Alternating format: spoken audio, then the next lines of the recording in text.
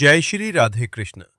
आप सभी का आपके अपने YouTube चैनल में बहुत बहुत स्वागत है।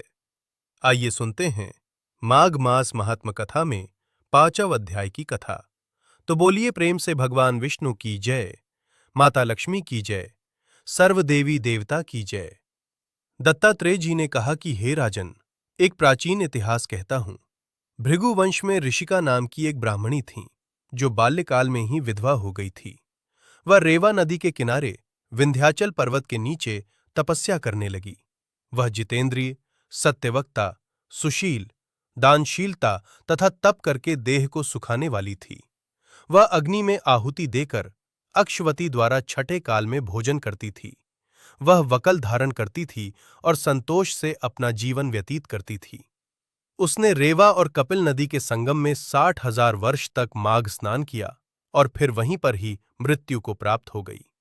माघ स्नान के फल से वह दिव्य 4,000 वर्ष तक विष्णु लोक में वास करके सुंद और उपसुंद दैत्यों का नाश करने के लिए ब्रह्मा द्वारा तिलोत्तमा नाम की अप्सरा के रूप में ब्रह्मलोक में उत्पन्न हुई। वह अत्यंत रूपवती, गान विद्या में अति प्रवीण तथा मुकुट कुंडल से शोभायमान थी। उसका रूपैवन और सौंदर्य देखकर ब्रह्मा भी चकित हो गए। वो तिलोत्तमा रेवा नदी के पवित्र जल में स्नान करके वन में बैठी थी।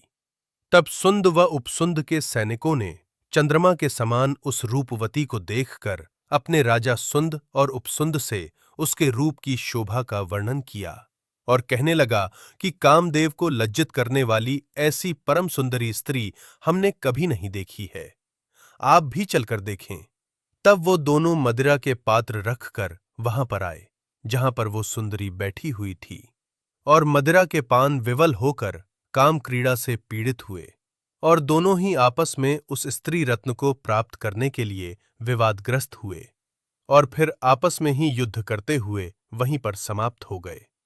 उन दोनों को मरा हुआ देखकर उनके सैनिकों ने बड़ा कोलाहल मचाया, और तब तिलोत्तमा काल रात्रि के समान उनको पर्वत से गिराते हुए 10 दिशाओं को प्रकाशमान करते हुए आकाश में चली गईं और दिव्य कार्य सिद्ध करके ब्रह्मा के सामने आई। तो ब्रह्मा जी ने प्रसन्नता से कहा कि हे चंद्रवती, मैंने तुमको सूर्य के रथ पर स्थान दिया जब तक आकाश में सूर्य स्थित है। नाना प्रकार के भोगों को भोगो। सो हे राजन, वो ब्राह्मण सूर्य के रथ पर माघ मास स्नान के उत्तम भोगों का भोग भोग रही है। इसलिए श्रद्धावान पुरुषों को उत्तम गति पाने के लिए यत्न के साथ माघ में विधि पूर्वक स्नान करना चाहिए। इस प्रकार से माघ मास कथा में 5वें अध्याय की कथा पूर्ण हुई। तो बोलिए प्रेम से भगवान विष्णु की जय, माता लक्ष्मी की जय, सर्व देवी देवता की जय। इसके आगे की कथा जो कि आप अगले अध्याय में श्रवण करेंगे, तो आशा करता हूं कि यह जानकारी आपको अच्छा लगा हो। इसी प्रकार से ज्ञानवर्धक जानकारियां प्राप्त करते रहने के लिए, व्रत पूजा के बारे में जानने के लिए, कथा को सुनने के लिए चैनल पे अगर आप पहली बार आए हैं तो चैनल को लाल बटन दबा करके सब्सक्राइब करें